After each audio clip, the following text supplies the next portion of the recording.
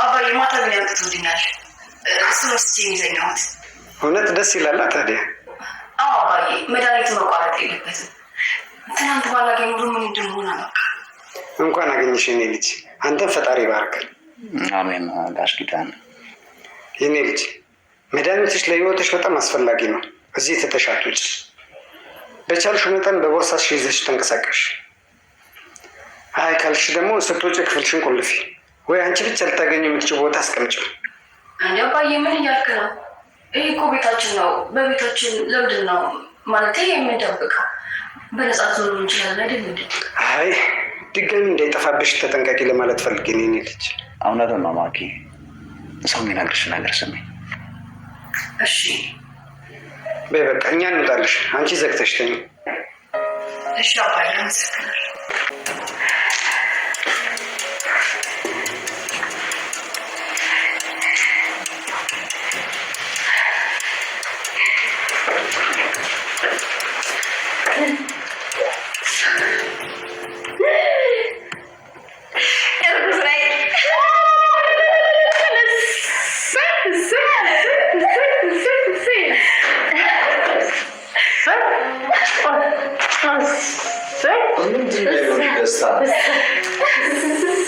አክስት ልሆን እኮ ነው። ወንድሜን ድጋሚ ላይ ሆነው ቢኝ አርግዘሻል ልት ከማን ያረገሽ?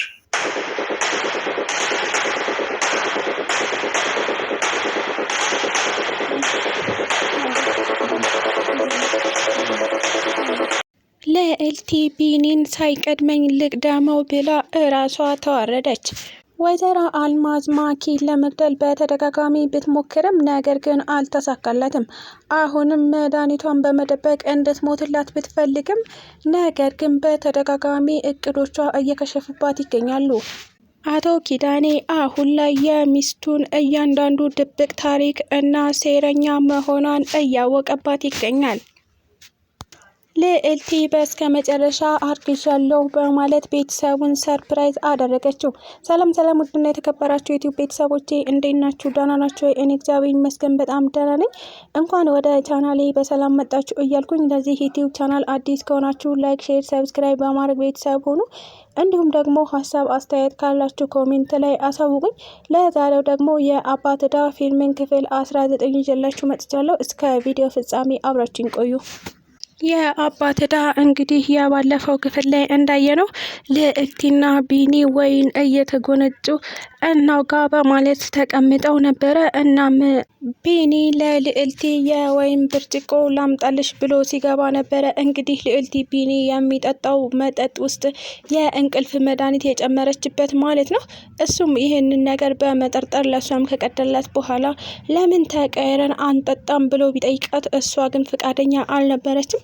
ነገር ግን በግድ እንድትጠጣ አድርጓታል። እናም ከጠጣች በኋላ አፍታ እንኳን ሳትቆይ ወደዛው እንቅልፍ ተኝታለች ማለት ነው። ይህንን ድምጽ የሰማችው ማኪ ከተኛችበት ተነስታ ቢኒ ምንድነው የሚያጫጩታችሁ? ልዕልቲ ስትጮህ ሰምቼ ነው፣ ምን ሆና ነው ብላ ስጠይቀው እሱም እንግዲህ መጠጥ አብዝታ ስለጠጣች ሰክራ ነው የጮኸችው። አሁን ደግሞ ተኝታለች።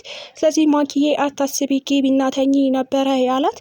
ነገር ግን ማኪ አላስቻላትም። ልዕልቲን በዚህ ሁኔታ እዚህ ትቻት አልገባም፣ ስለዚህ ወደ መኝታዋ መውሰድ አለብኝ ስትል ነበረ የነገረችው። እንግዲህ ቢኒም ነይ እሺ አብረን እንውሰዳት ብሎ ወደ መኝታ ክላሷ አስገብተው አስተኝተዋት ሄደዋል ማለት ነው።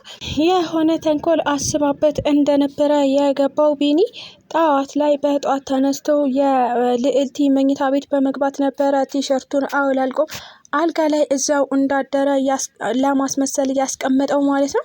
ከዛም ልዕልቲ ስትነሳ አጠገቧ አገኘችው ማለት ቲሸርቱን። እናም ደግሞ ቢኒ ሻወር ወስዶ እየተመለሰ ነበረ። ምንድነው የተፈጠረው? ምንድነው ያደረከኝ? ማታ ምን አድርገን ነበረ ስትል ጠይቀዋለች።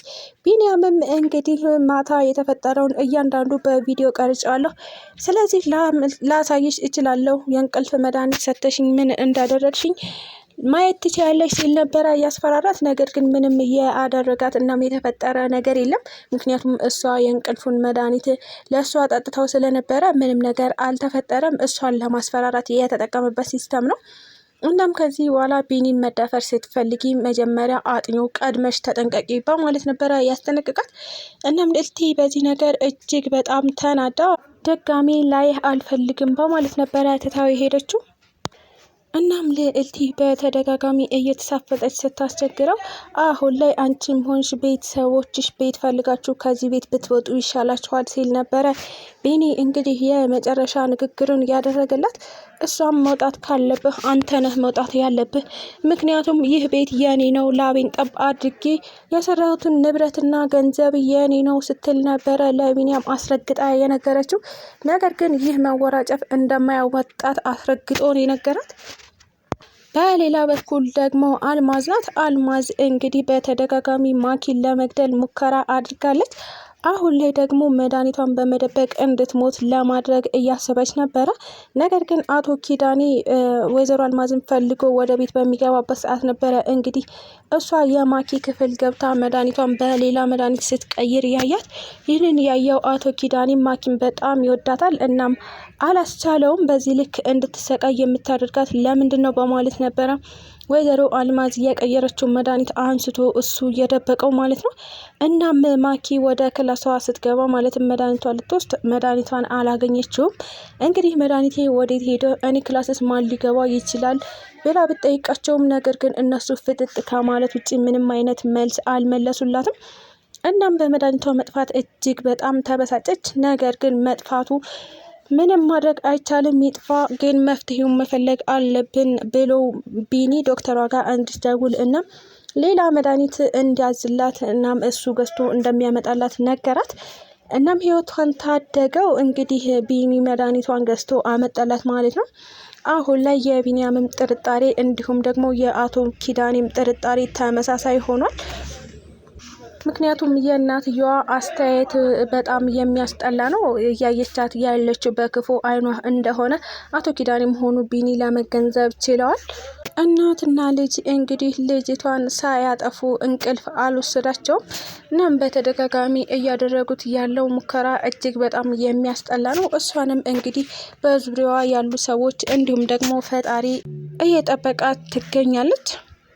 አሁን ላይ ማኪና ቢኒ የናትናኤልን ገዳይ በተደጋጋሚ እየፈለጉ ይገኛሉ።